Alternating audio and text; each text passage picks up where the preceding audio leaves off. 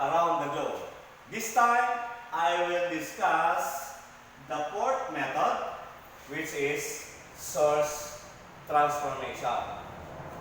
I will give you an introduction of how source transformation is being used to solve DC circuit problem. First,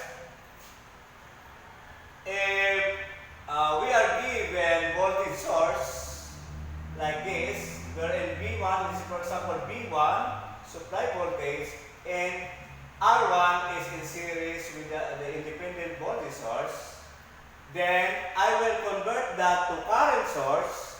This will be the circuit diagram or equivalent circuit, wherein your current will be V1 over R1. This will be the current. V1 over R1 is current, so that is ampere. Then, the connection of R1 here in series, in current source, this will become parallel. Okay. How about if the given is current source? Then, I will convert that to voltage source. So, from current source, you say, this current is I2, and then R2 is in parallel with the current source. Then, the voltage source will be like this. So, from Ohm's law, this is I2 times R2, this is voltage. And then, the R2 is not anywhere in parallel, this will be in series. Now, in the original problem, calculate the currents I1, branch currents I1, I2, and I3. Then, given 10 ohms, 15 ohms, 12 ohms, then independent voltages, 20 volts and 15 volts. We will use source transformation to solve the currents I1, I2, and I3. Okay. Using source transformation, first I will calculate current I1. So this is the original circuit. Since I will calculate I1, current I1, I will remove these currents I3 and I2. Okay? Then I will convert this voltage source to current source. Then after removing I1, I2, and I3 currents, I2 and I3, this will be the circuit. Now, I will convert this voltage source to current source. So that is 15 over 15, that is the current. Then, these 15 ohms will be connected in parallel. This is now the circuit. Still, 20 volts, 10 ohms, current I1. Now, this 12 ohms, this one. Then, this is the source, current source now. 15 over 15, that is 1 ampere. And then the 15 ohms here will be connected now in parallel since we are now in current source. Okay. However, I will simplify first this resistor 12 ohms and resistor 15 ohms. I can simplify that one into single resistor, which is, this is in parallel, 12 times 15 over 12 plus 15. So by calculator, that is 6.667 ohms. Now, I can replace this now by this resistance, or resistor, 6.667 ohms. Then, I will convert this current source to voltage source. Okay. This is now the equivalent circuit after the current source.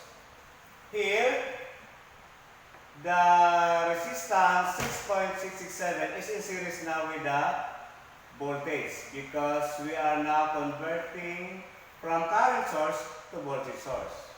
So the voltage here is 6.667 ohms a while ago, then multiplied by 1 ampere. This is 6.667 volts.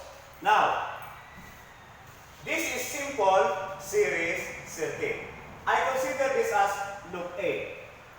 Since this is a series circuit, only one current will flow. So, this is I1. I will apply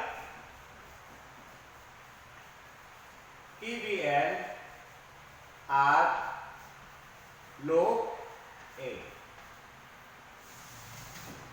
So, that is 20 minus I1 times 10 plus 6.667 minus 6.667 is equal to 0.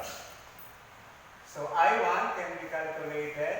Manipulate the equation. We have 20 minus 6.667, that is the voltage, divided by 10 plus 6.667.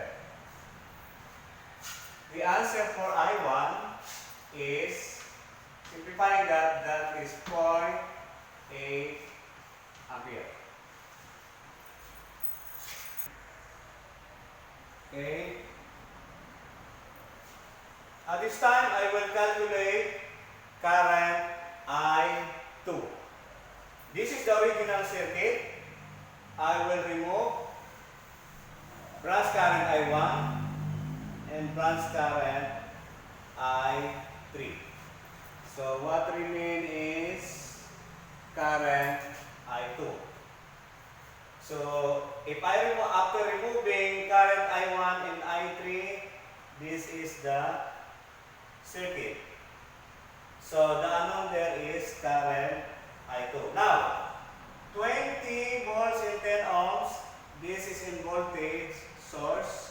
I will convert this one to current source by simply dividing by ohms law 20 over 10 to make it current, that is 2 amperes.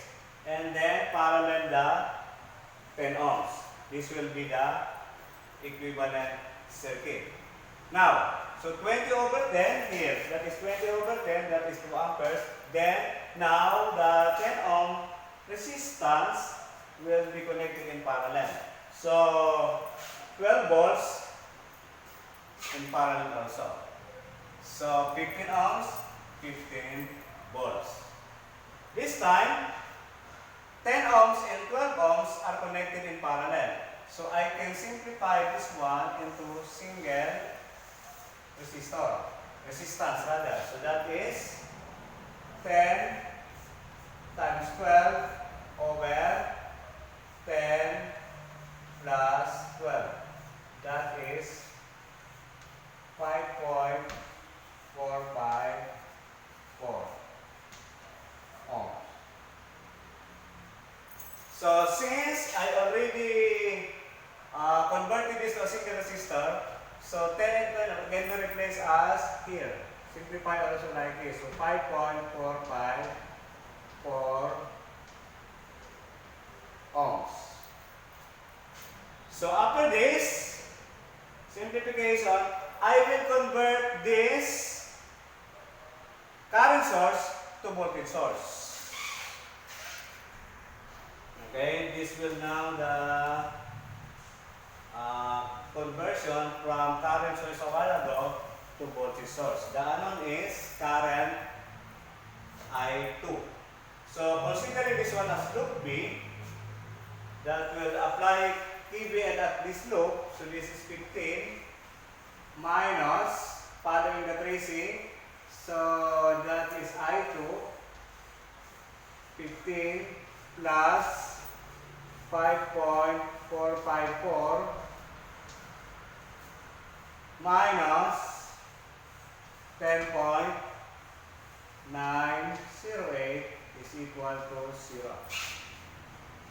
Simplifying this equation, I2 is equal to 15 minus 10.908 divided by 15 plus 5.454. I2 is equal to 0.2 ampere. Okay? At this time, I will calculate branch current I3. This is the original circuit again. So I will remove current I1 and current I2. If you will notice, this is voltage source, another voltage source. Both of them, I will convert that to current source. By the way, this will be, after removing I1 and I2, this will be the circuit. So from here, I will convert voltage source and voltage source to current sources. So 20 over 10, that is 2 amperes. And then the 10 ohm resistance will be in parallel. Okay, 15 volts over 15 ohms, that is 1 ampere. The resistance 15 ohms will be connected in parallel. At this point, I will simplify this. 2 resistances, 10 ohms and 15 ohms in single resistance. So that is 15 times 10 over 15 plus 10. That is 6 ohms. Then I will add the 2 current sources, 2 ampere, then 1 ampere. So this is the 12 ohms here. The current that will flow here is I3. So 10 ohms and 15 ohms are connected in parallel. After simplification, that is 6 ohms. Okay, by current divider principle,